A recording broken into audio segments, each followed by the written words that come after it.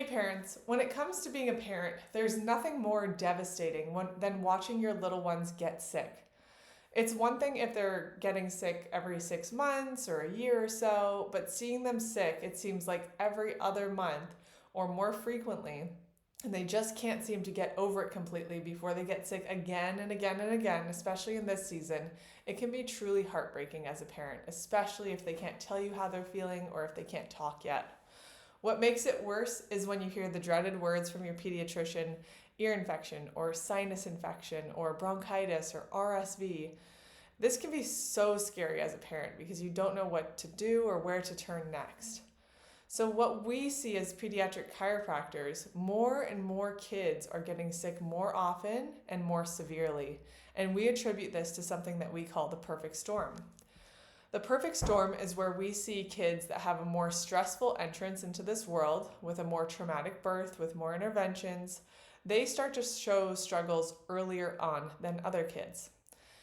So things that show that they're struggling are colic, torticollis, sleep issues, eczema, gassiness. All these different things can turn into bigger things later on, like ear infections chronically, sleep struggles and issues, frequent tantrums, speech delays, and much more.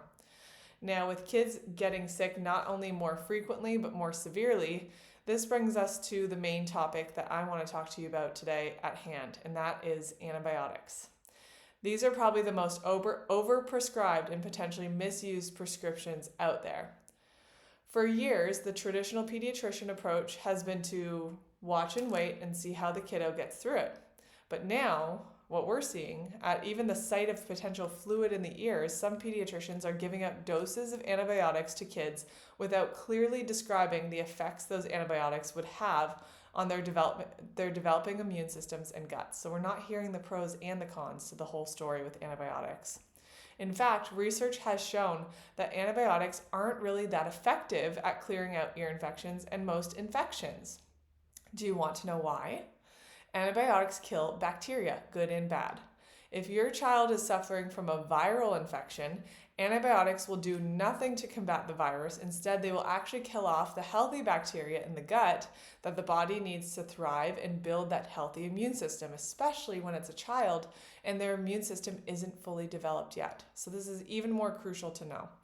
And when you take it one step further, the virus isn't the problem. It's the body's compromised plumbing response. So the body's not able to effectively get rid of whatever it's fighting.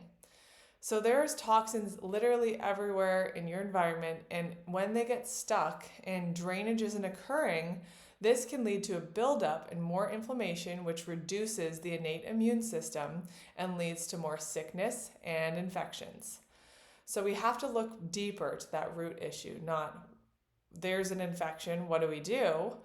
How do we address and prevent the body from getting recurring infections? That's the key.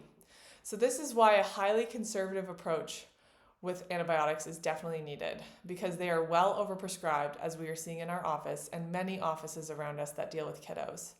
This depletes the developing immune systems and guts of these young kids and contributes to kids that are sicker than ever before. It just becomes a vicious cycle. There's been no time like now where we are seeing the biggest rise in allergies, autoimmune issues, autism, spectrum disorders, asthma, ADHD, anxiety, and neurological developmental challenges. It has been known that early exposure to antibiotics is associated with an increased risk of these conditions that I just mentioned. Not just immune-based conditions, but connections to autism and ADHD, which is on the rise. So here's why.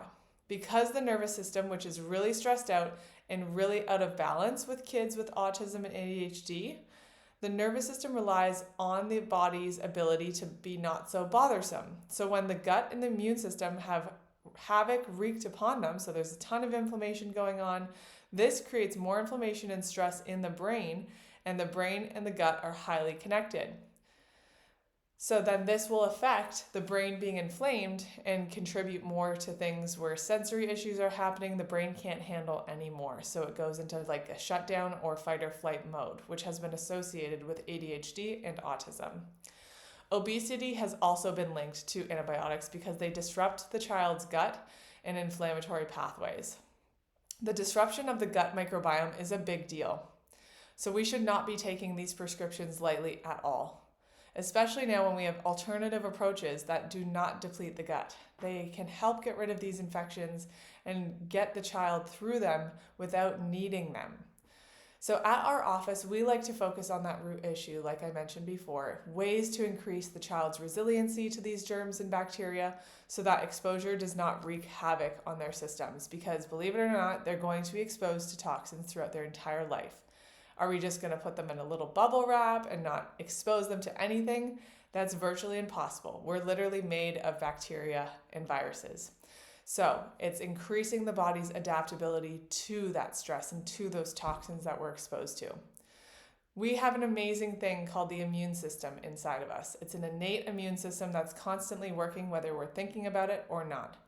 If we help to release restriction and poor plumbing in the body, so release all that, drain things, address areas of inflammation to reduce that toxic load on the body, then we are enhancing function within the body.